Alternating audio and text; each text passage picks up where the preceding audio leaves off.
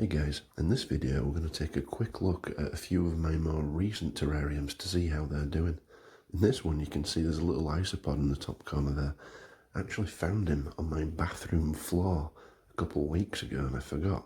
I picked him up and put him in the closest enclosure that I could find, which I thought he would like, and it was this one. And he's still alive and probably will be for quite some time now. But as you can see, the growth of this terrarium's coming along quite nicely. So let's take a look at a few others. So this little terrarium actually has a little bit of mould growing on here. You can see this little white fuzzy stuff. So that's no problem, you can actually just wipe it off. I'm just going to use my fingers here. So it's pretty much gone for the most part, it was only a little bit. So I'm just going to spray this with water and just put the lid back on and see how it goes from there. It's no big deal if you get a little bit of mould. This lid actually has a big hole, so there's a lot of air circulation in this one. So this tall jar is looking pretty healthy, apart from that plasmodium right back there. And you can see the condensation is only on one side, and that's because I keep most of my terrariums against a window, and that draws the moisture back towards the glass, so you can have pretty good viewing angles. This next maple syrup bottle one side has an embossed leaf, but the best side to look through is this clear one here.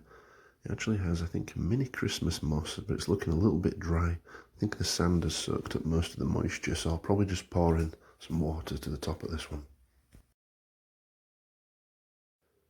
Well, I'm a little upset with this old medicine bottle. I thought I cleaned it properly, but there seems to be some residue on the glass. You can see it's blocking the view. To remedy that, I can turn this into an aquatic one and fill it up. I haven't actually shown this before because it's fairly new. That is bladderwort, which is a carnivorous aquatic plant.